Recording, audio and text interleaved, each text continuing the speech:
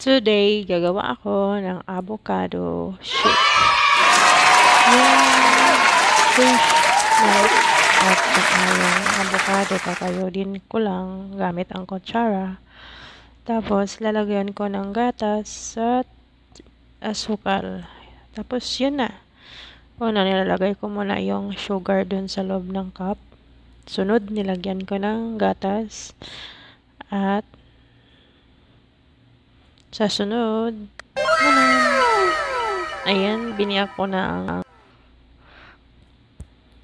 kakayodin na natin ang gamit ang kutsara. Ganun lang kasimple, guys. Wala nang kimi-kimi. Mikos-mikos na yan. Minikos-mikos ko na lang yung dyan. Avocado. Ayan, gusto ko din yung may mga malalaking kayod kasi parang ayoko din yung masyadong durog lahat.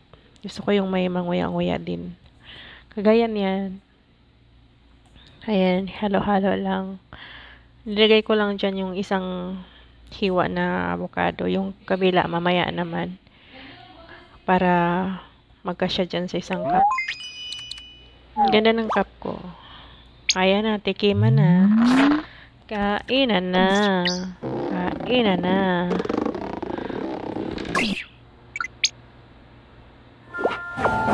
Ito yung kalahating avocado. At ang kalahati naman ay nilagay ko sa may gatas at sugar para siyang avocado shake. Kaya ano siya guys? Masarap.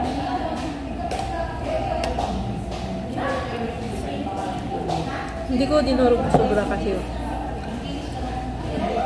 gusto ko pa rin yung may yung nguya.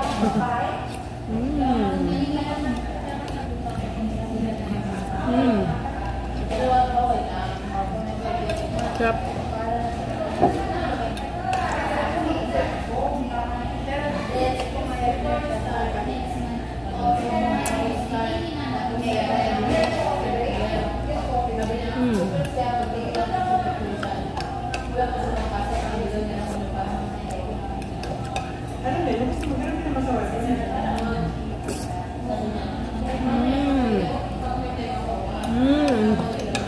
Ayun lang guys. Thank you for watching. See you next vlog. Bye-bye.